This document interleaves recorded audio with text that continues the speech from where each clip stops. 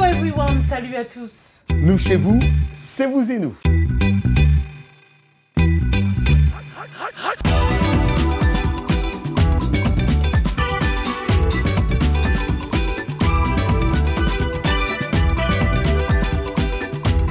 Bienvenue dans ce nouveau numéro de Vous et nous. Distanciation sociale oblige aux États-Unis. Nous sommes encore en dehors des studios de la VOA.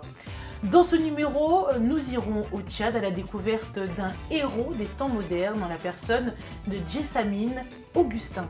Nous irons en Côte d'Ivoire pour voir la série Cacao et son réalisateur Alex Ogou.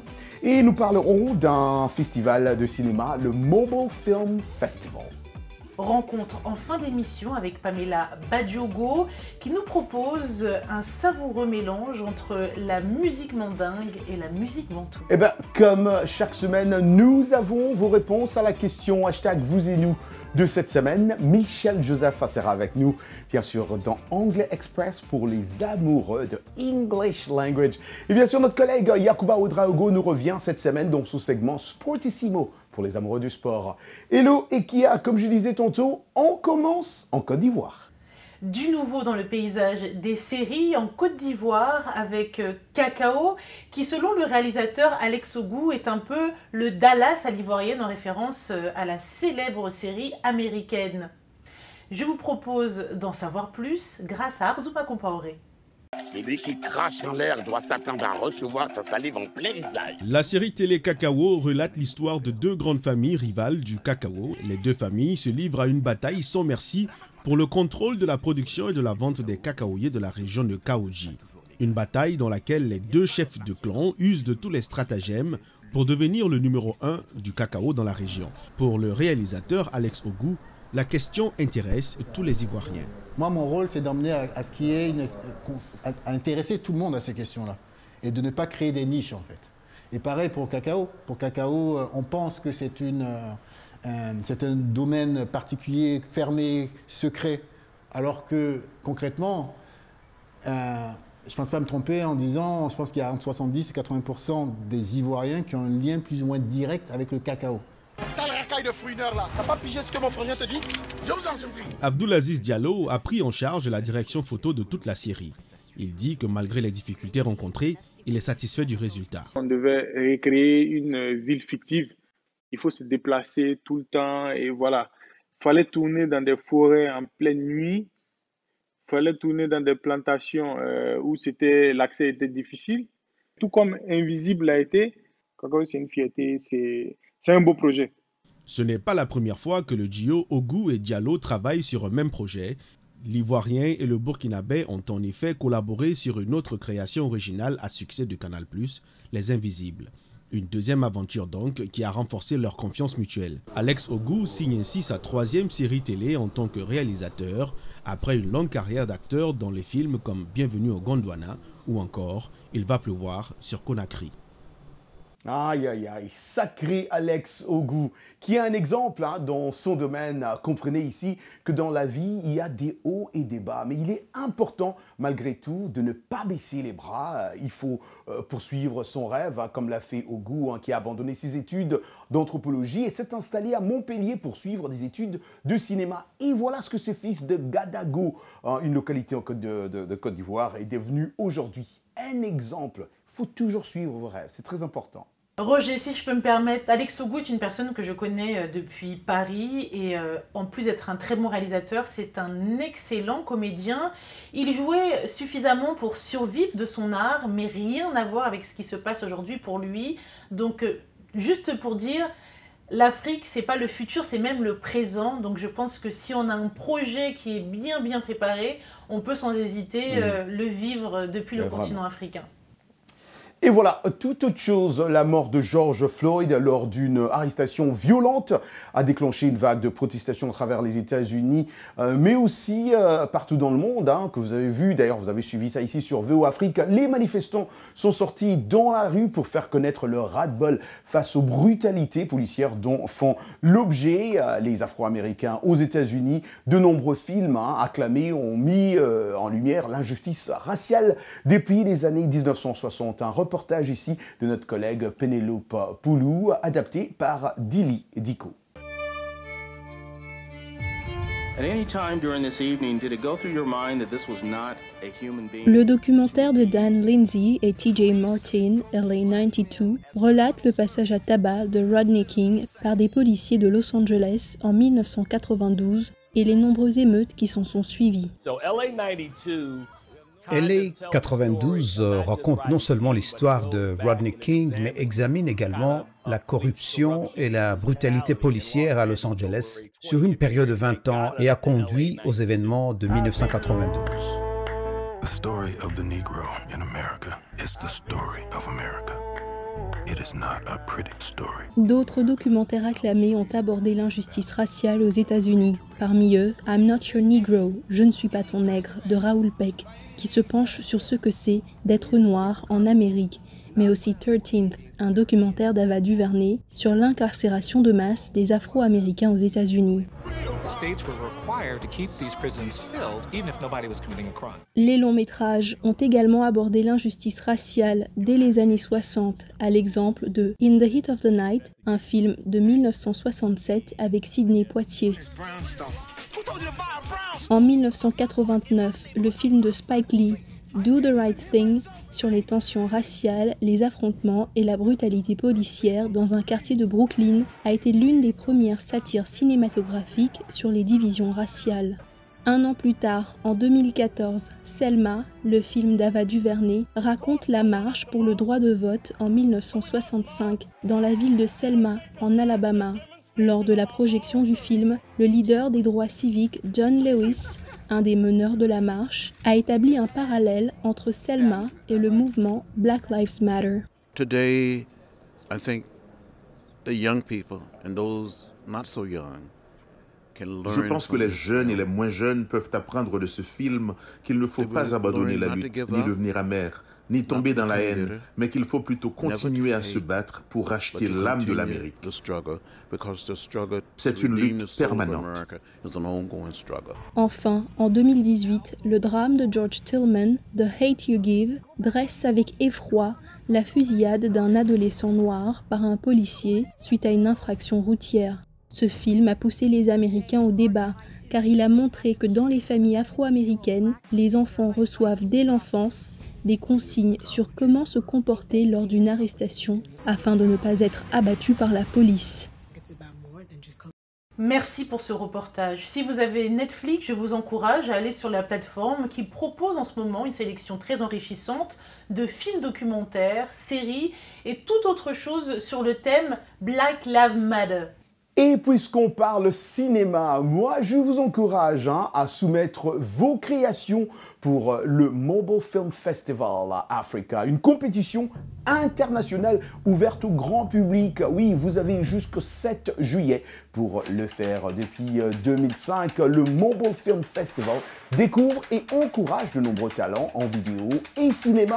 Cette année, l'événement est disponible dans une version exclusivement panafricaine. Vous n'avez besoin que de votre créativité et votre smartphone. Pas besoin d'argent, juste besoin d'être créatif, imaginatif et percutant en 1 minute.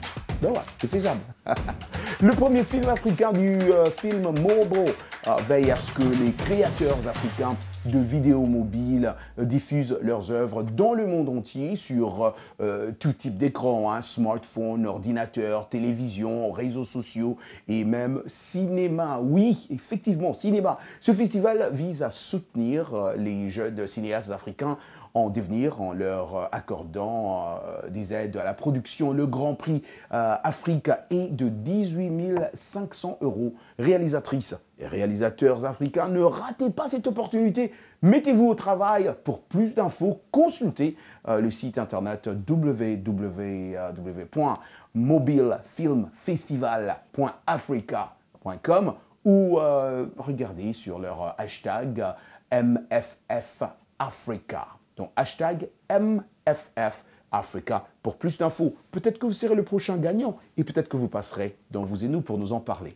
Cela pourrait faire penser à une fiction, mais ça ne l'est pas. En plein cœur de N'Djamena, un jeune homme a sauvé la vie à 7 personnes. À 29 ans, ce jeune homme avait d'autres rêves, le rêve de devenir militaire, mais ayant perdu son bras lors de ce sauvetage, ce rêve n'est plus. Cette histoire émouvante nous est racontée par notre correspondante Nestor Yamgoto. C'est ici qu'Augustin a fait usage de sa main droite, pour la dernière fois. Des jours après, la scène reste encore vive dans sa tête. Quand j'ai revu les enfants, ils avaient déjà ramassé la grenade sur la poubelle. Ils sont venus s'installer avec de ce côté et ils jouaient avec tout en ignorant sa dangerosité. Quand je me suis rendu compte que c'était une grenade, l'un des enfants l'a déjà dégoupillée. Alors je me suis précipité pour l'arracher et la jeter loin. C'est ainsi qu'elle a explosé et m'a coupé la main. Aujourd'hui, âgé de 24 ans, la situation précaire des enfants de rue ne lui est pas étrangère. C'est ce qu'il a été pendant plusieurs années. Ce 29 mai, s'il n'avait pas réagi à temps, lui et cet autre enfant de rue allaient périr dans l'explosion. Des vies qu'il a sauvées au prix de sa main et de son rêve. Augustin ne pourra plus s'engager dans l'armée comme il le souhaite. Mais son héroïsme a ému des Tchadiens. Je suis très touché encore parce que d'une part, il a sauvé vraiment les enfants qui sont vraiment à ma charge, qui sont sous ma responsabilité et qui sont sortis de ce centre. Ces enfants, ils allaient perdre leur vie et il les a sauvés. Tout de même, comme nous aussi, nous sommes en train de sauver aussi ces enfants, de les faire sortir des dangers dans lesquels ils sont. Donc vraiment, c'est un geste vraiment louable et touchant aussi. De 2008 à 2019, plus de 26 cas similaires ont été enregistrés dans la capitale tchadienne. En 2008, un enfant a été tué et 3 autres ont été blessés dans l'explosion d'une grenade en plein cœur de N'Djamena. La question #vous et nous de cette semaine, avez-vous été témoin d'un acte héroïque ou y avez-vous participé vous-même? Racontez, c'était la grande question de cette semaine. Qui a répondu? Voyons voir. Lucas Monga qui nous écrit de Lubumbashi, il dit « J'ai vu un jour un homme dans une station d'essence, il était en train de faire le plein dans sa voiture. Tout à coup, la voiture a pris feu et le monsieur a pris du courage, il est rentré dans sa voiture, il s'est déplacé pour que le feu ne brûle pas toute la station et tout le monde qui y était. Donc il est entré dans sa voiture, il s'est déplacé et il dit « D'après moi, c'est un héros pour moi. » Miranda Diva Lyon. J'ai sauvé la vie de mon ami un soir en rentrant de soirée. Nous marchions et un véhicule dont le conducteur était en état d'ébriété a foncé sur nous. J'ai eu le réflexe de pousser mon ami qui ne voyait pas le véhicule arriver. Si je ne l'avais pas fait, le chauffard l'aurait fauché. Merci pour tous ces témoignages que vous avez pu nous apporter. On espère vous voir dans quelques instants car c'est déjà le moment de prendre une courte pause. À tout de suite.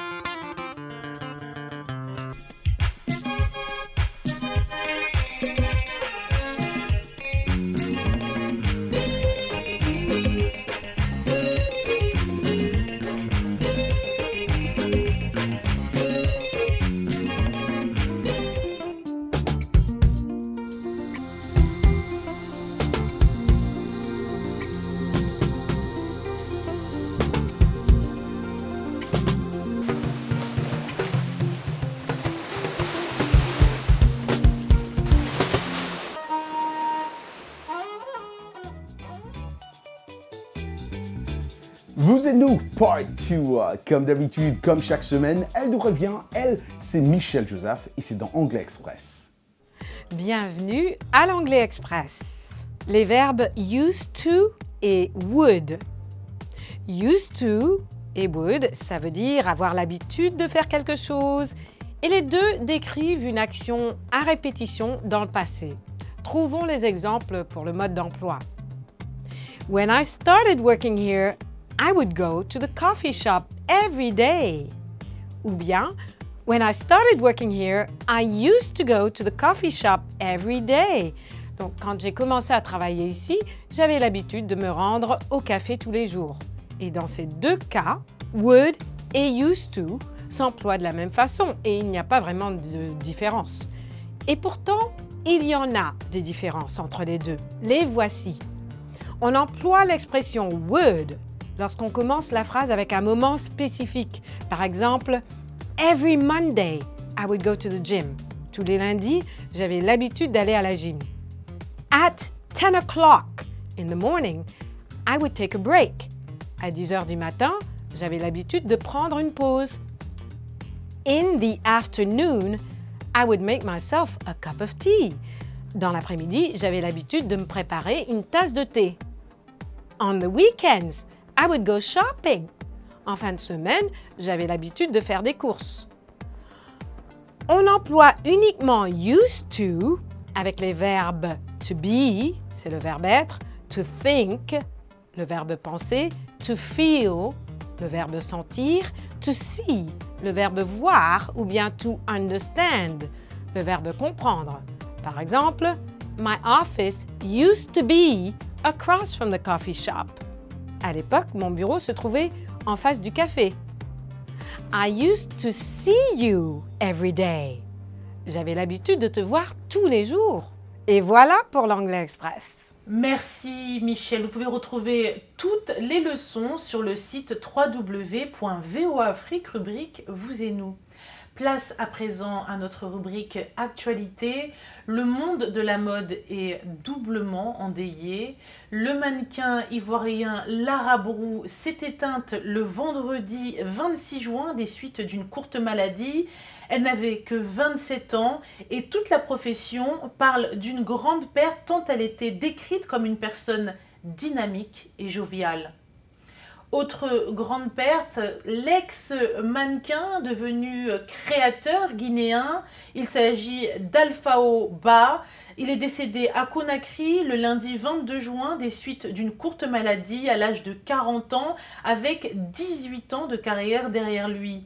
Paix à leur âme. Les producteurs de Simpsons, oui, série animée mondialement connue, ont annoncé vendredi qu'ils ne feraient désormais plus appel à des acteurs blancs pour doubler les personnages appartenant à des minorités ethniques. Oui, l'annonce concernera notamment un personnage récurrent de la série lancée en 1989, Apu Narasa Pimentian, épicier d'origine indienne, qui devait sa voix en version américaine à l'acteur Hank Azaria. Le changement devrait aussi concerner le personnage du Dr. Iber, un homme noir doublé par le comédien blanc Harry Shearer, qui prête également sa voix à de nombreux autres personnages de la série. Ces annonces surviennent alors que la société américaine est en plein examen de conscience sur son passé raciste et les discriminations qui la minent après la mort de George Floyd, un noir de 46 ans, lors de son interpellation par un policier blanc, comme on l'avait dit si haut. Et tout de suite, place à notre segment sportif avec Yacouba Ouedraogo.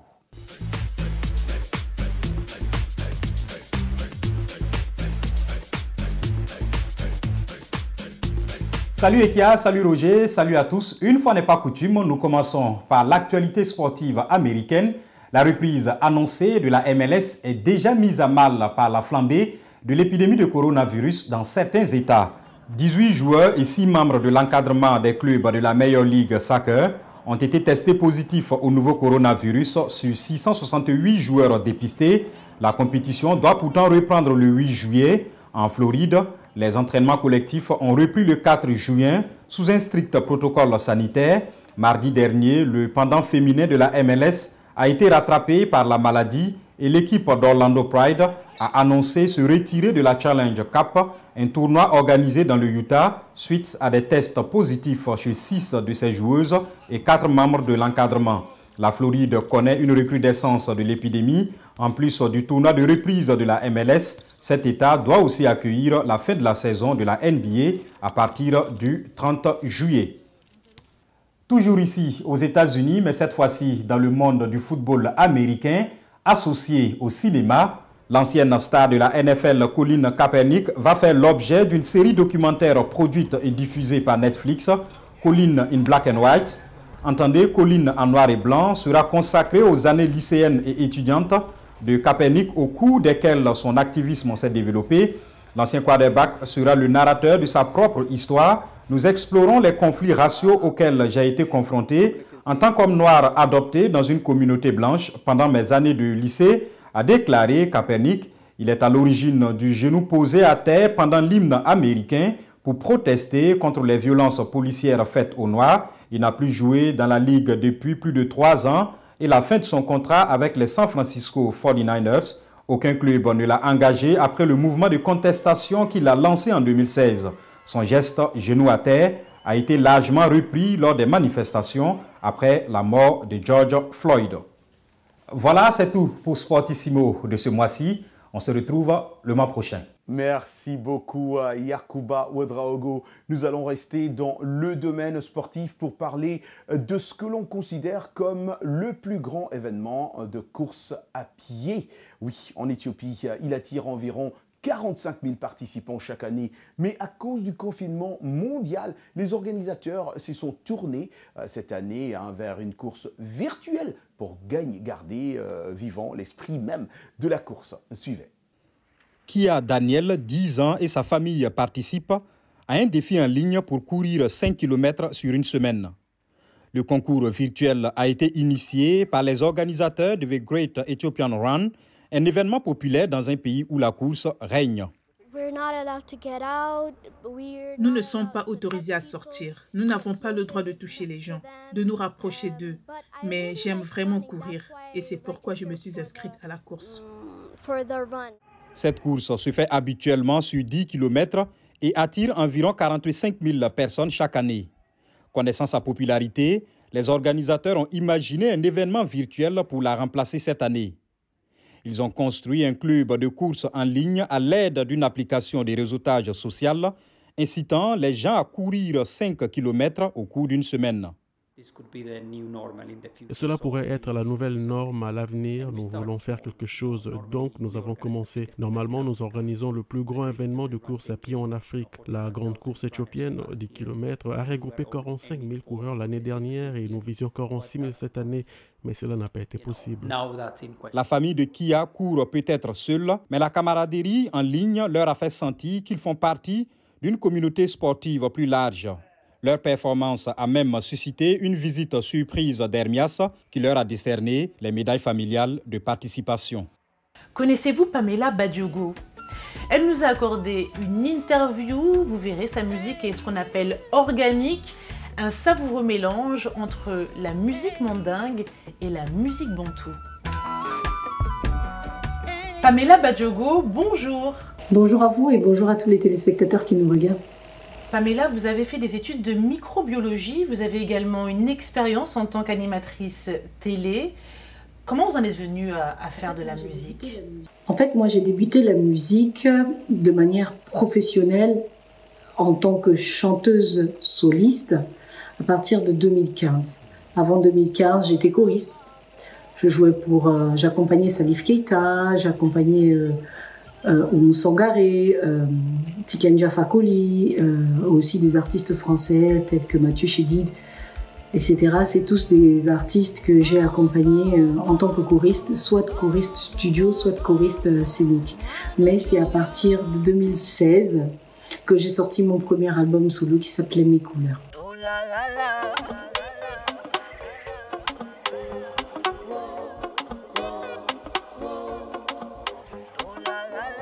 Votre dernier titre, Respectez-nous, les paroles sont lourdes de sens. Comment vous avez été inspiré par ce thème? En fait, Respectez-nous, c'est une chanson qui dénonce. Comme vous le savez, elle dénonce les discriminations. Et moi, j'ai du mal à écrire en français. Je chante souvent dans ma langue maternelle, mais pour cette chanson, j'avais envie de toucher une plus grande population. C'est la raison pour laquelle je l'ai écrit en français. Et je l'ai écrit avec Balik, c'est un reggaeman, il fait dans du reggae et son groupe à lui, c'est Danakil. Ça fait 20 ans qu'il est sur la route. Moi, j'avais écrit les phrases un peu dans le désordre. Balik est venu avec son verbe remettre un peu les phrases dans l'ordre. Et voilà, et ça a donné Respectez-nous. Pamela, comment vous est venue cette envie de faire ce mélange, de nous concocter votre recette où on sent bien la musique bantou, mais également la musique mandingue? Tous qui me connaissent le savent. Moi, je suis partie étudier au Mali parce que je savais que j'allais rencontrer la musique, sinon j'aurais pu choisir un autre pays. Et la musique, Mandingue m'a appris tellement de choses, m'a appris tellement de musicalité différente de celle de nos cultures bantoues, que en fait les deux rythmes peuvent se compléter. Les musiques mandingues ont ces instruments-là qui sont multinotes. Un instrument comme la kora a tellement de notes. À l'inverse, en Afrique centrale, on a notre petite sitar, on a la sitar qui a un peu moins de notes, mais faire le mélange de ces deux cultures, j'ai envie de dire, et de ces deux genres apporte quelque chose d'original, et moi j'adore.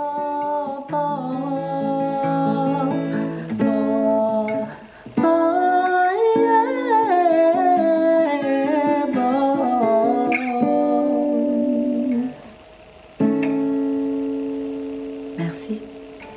Oh, Pamela Badjogo, je l'adore. Elle est superbe, elle a une voix, elle est talentueuse. Bravo à l'artiste, bravo Pamela et tout ce que vous êtes en train de faire en ce moment. Et surtout, confinement oblige, malgré tout ça, on voit Pamela en train de faire des concerts en ligne. Allez sur sa page Facebook, vous verrez comment il continue à chanter pour ces mélomanes, pour ne pas rester comme ça, croiser les bras, ne rien faire. Bravo à l'artiste. Nous sommes trop fiers de vous.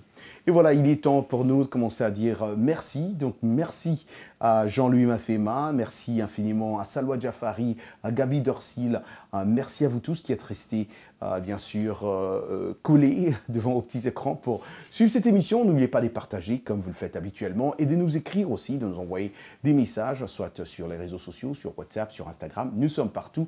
Et aussi, je dis merci à nos télépartenaires qui diffusent cette émission. Je pense aujourd'hui à nos amis de Pointe-Noire, de Brazzaville, nos amis de Dakar. Je pense aussi à nos amis qui sont en train de nous suivre à Libreville. Comme d'habitude, on s'est dit rendez-vous la semaine prochaine.